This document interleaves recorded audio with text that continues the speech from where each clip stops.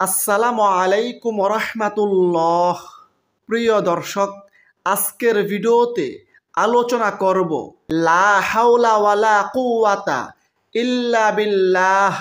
কোন সময় কতবার পড়লে বিপদ মুসিবত থেকে মুক্তি পাবেন, দারিদ্রতা দূর হবে, অভাব অনটন থেকে মুক্তি পাবেন, দুশ্চিন্তা পেরেশানি থেকে মুক্তি পাবেন, মনের আশা পূরণ হবে, গুনাহ খাতা মাফ হবে, জান্নাতের গুপ্ত ধনভাণ্ডার লাভ হবে। সেই সাথে আমরা জানব কখন কিভাবে লা হাওলা ওয়ালা কুওয়াতা ইল্লা বিল্লাহ পড়লে সকল দোয়া কবুল হয়।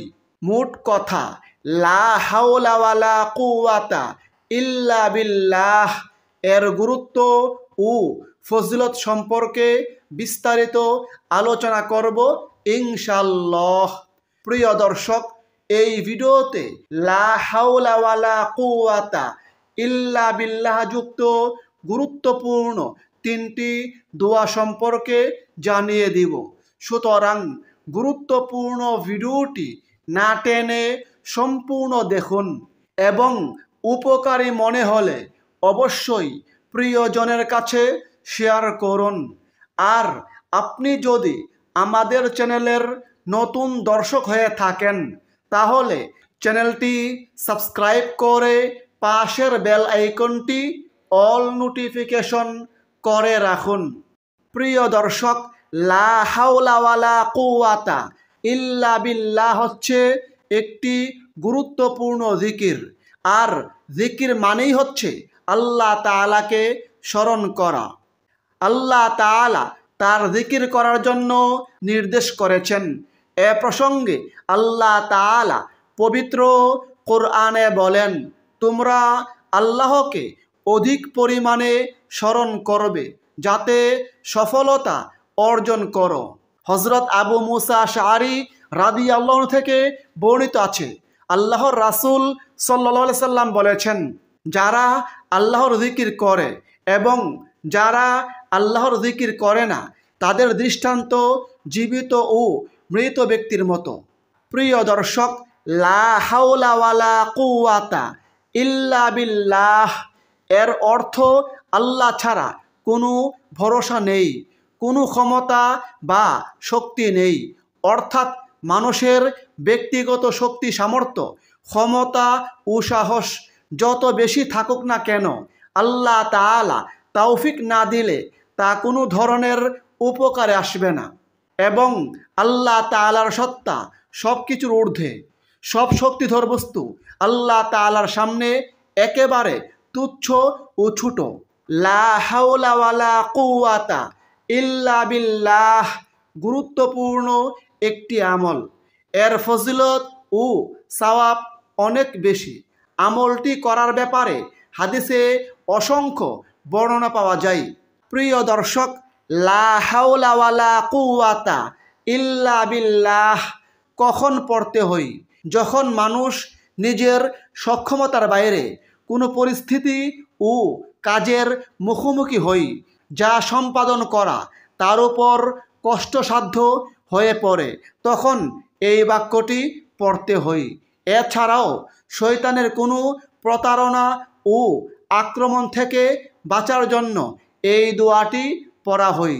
মুয়াজ্জিন আজানের সময় যখন হাইয়া আলাস সালাহ এবং হাইয়া আলাল ফালাহ বলে, তখন লা হাওলা ওয়ালা কুওয়াতা ইল্লা বিল্লাহ পড়তে হয়। প্রিয় দর্শক, রাসূলে কারীম সাল্লাল্লাহু আলাইহি সাল্লাম এই জিকিরকে কখনো জান্নাতের গুপ্তধন, কখনো জান্নাতের ধনভাণ্ডার, কখনো জান্নাতের দরজা বলেছেন। এ প্রসঙ্গে হাদিসে রয়েছে, হযরত আবু মুসা আশআরী রাদিয়াল্লাহু আনহু থেকে বর্ণিত আছে, তিনি বলেন, একবার রাসূলে কারীম সাল্লাল্লাহু আলাইহি সাল্লাম আমাকে বললেন, তোমাকে জান্নাতের অন্যতম ধনভাণ্ডারের কথা কি বলে দেব? আমি বললাম, জি হ্যাঁ, অবশ্যই বলে দিন। তখন নবীজি বললেন, তা হচ্ছে লা হাওলা ওয়ালা কুওয়াতা ইল্লা বিল্লাহ।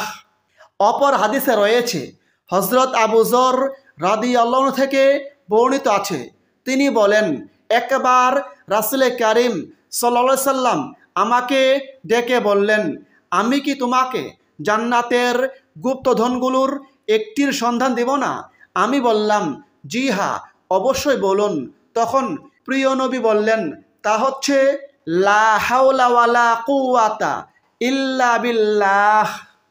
অপর হাদিসে রয়েছে, হযরত কাইস ইবনে সাদ ইবনে উবাদাহ রাদিয়াল্লাহু আনহু থেকে বর্ণিত আছে, তিনি বলেন, আমি একবার নামাজরত থাকা অবস্থায় নবীজি আমার পাশ দিয়ে গমন করলেন। তিনি নিজের পা দিয়ে আমাকে মৃদু আঘাত করে অর্থাৎ ইশারা করে বললেন, আমি কি তোমাকে জান্নাতের দরজাগুলোর একটি দরজা সম্পর্কে জানাবো না? আমি বললাম, জি হ্যাঁ, অবশ্যই বলুন ইয়া রাসূলুল্লাহ। তখন নবীজি বললেন, তা হচ্ছে লা হাওলা ওয়ালা কুওয়াতা ইল্লা বিল্লাহ। এই জিকিরের ফজিলত প্রসঙ্গে অপর হাদিসে রয়েছে, হযরত হাজিম ইবনে হারমালা রাদিয়াল্লাহু আনহু থেকে বর্ণিত আছে, তিনি বলেন, আমি একবার নবীজির পাশ দিয়ে গমন করছিলাম। তখন নবীজি আমাকে ডেকে বললেন, হে হাজিম, তুমি অধিক সংখ্যায় লা হাওলা ওয়ালা কুওয়াতা ইল্লা বিল্লাহ এই বাক্যটি পড়ো, কেননা তা হচ্ছে জান্নাতের গুপ্তধন। সুবহানাল্লাহ। প্রিয় দর্শক, এই জিকিরটি কতবার পড়তে হবে সে সম্পর্কে বলা হয়নি, অতএব যত বেশি পড়তে পারেন ততই ভালো। তবে জিকির হিসেবে যখনই পড়বেন এই বাক্যটি অন্তত 100 বার পড়ার চেষ্টা করুন। এখন আসুন এমন 3টি গুরুত্বপূর্ণ দোয়া সম্পর্কে জানিয়ে দেই, যেই দোয়াগুলোর মধ্যে লা হাওলা ওয়ালা কুওয়াতা ইল্লা বিল্লাহ এই বাক্যটি যুক্ত রয়েছে। 1 নম্বর দোয়া, বিসমিল্লাহি তাওয়াক্কালতু আলাল্লাহি লা হাওলা ওয়ালা কুওয়াতা ইল্লা বিল্লাহ। এই দোয়ার আমল করলে আল্লাহ তাআলা বিপদ মুসিবত থেকে হেফাজত করবেন। এ প্রসঙ্গে হাদিসে রয়েছে, হযরত আনাস ইবনে মালিক রাদিয়াল্লাহু আনহু থেকে বর্ণিত আছে, তিনি বলেন, যে ব্যক্তি ঘর থেকে বের হওয়ার সময় এই দোয়াটি পড়বে আল্লাহ তাআলা তার জন্য যথেষ্ট হয়ে যাবেন এবং শয়তানও তার থেকে দূর হয়ে যাবে। সুতরাং যখনই কোথাও যাওয়ার উদ্দেশ্যে ঘর থেকে বের হবেন এই দোয়াটি পড়ে বের হবেন, ইনশাআল্লাহ আল্লাহ তাআলা আপনাকে যাবতীয় বিপদ মুসিবত থেকে হেফাজত করবেন। 2 নম্বর দোয়া, লা হাওলা ওয়ালা কুওয়াতা ইল্লা বিল্লাহ ওয়ালা মালজা ওয়ালা মানজা মিনাল্লাহি ইল্লা ইলাইহি। এই দোয়ার ফজিলত প্রসঙ্গে হাদিসে রয়েছে, হযরত আবু নাঈম ও ইবনে আবি শাইবা রহিমাহুমাল্লাহ বর্ণনা করেছেন, যে ব্যক্তি এই দোয়াটি একবার পড়বে, 100 বার নয়, মাত্র একবার পড়বে, আল্লাহ তাআলা তার 70টি বিপদ দূর করে দিবেন। আর সর্বনিম্ন বিপদ হচ্ছে দারিদ্রতা, অন্যান্য বিপদগুলো এর চেয়ে বড় বড়। সুতরাং যে ব্যক্তি এই দোয়া পড়বে, এই দোয়ার আমল করবে, আল্লাহ তাআলা তার সকল বিপদ আপদ দূর করে দিবেন। সুবহানাল্লাহ। 3 নম্বর দোয়া হচ্ছে লা ইলাহা ইল্লাল্লাহু ওয়াহদাহু লা শারীকা লাহু লাহুল মুলকু ওয়া লাহুল হামদু ওয়া হুয়া আলা কুল্লি শাইইন কাদির। আলহামদুলিল্লাহি ওয়া সুবহানাল্লাহি ওয়া লা ইলাহা ইল্লাল্লাহু ওয়াল্লাহু আকবার ওয়া লা হাওলা ওয়া লা কুওয়াতা ইল্লা বিল্লাহ।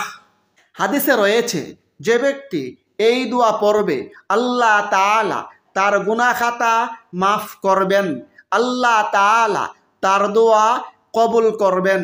এই দোয়ার ফজিলত প্রসঙ্গে হাদিসে রয়েছে, হযরত উবাদা বিন সামিত রাদিয়াল্লাহু আনহু থেকে বর্ণিত আছে, প্রিয় নবী বলেছেন, যে ব্যক্তি রাতে জেগে এই দোয়া পড়ে আল্লাহ তাআলার কাছে নিজের গুনাহের জন্য ক্ষমা প্রার্থনা করবে অথবা যে কোনো দোয়া করবে, আল্লাহ তাআলা তার দোয়া কবুল করবেন, আল্লাহ তাআলা তার গুনাহ খাতা মাফ করবেন। সুবহানাল্লাহ। প্রিয় দর্শক, সর্বশেষে আরও একটি আমলের কথা জানিয়ে দিচ্ছি। হাদিসে রয়েছে, হযরত আব্দুল্লাহ ইবনে আমর রাদিয়াল্লাহু আনহু থেকে বর্ণিত আছে, নবীজি বলেছেন, পৃথিবীর বুকে যে ব্যক্তি বলে লা ইলাহা ইল্লাল্লাহু ওয়াল্লাহু আকবার ওয়ালা হাওলা ওয়ালা কুওয়াতা ইল্লা বিল্লাহ, তার গুনাহগুলো ক্ষমা করে দেওয়া হয়, যদিও তা সমুদ্রের ফেনা পরিমাণ হয়। সুবহানাল্লাহ। প্রিয় দর্শক, এই সকল হাদিসগুলো শোনার পর আপনারা বুঝতেই পারছেন লা হাওলা ওয়ালা কুওয়াতা ইল্লা বিল্লাহ কত গুরুত্বপূর্ণ, ফজিলতপূর্ণ একটি আমল। সুতরাং অবশ্যই এই আমলগুলো করার চেষ্টা করুন।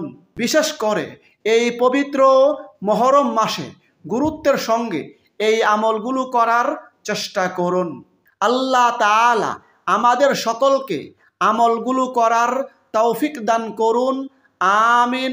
আসসালামু আলাইকুম ওয়া রাহমাতুল্লাহ।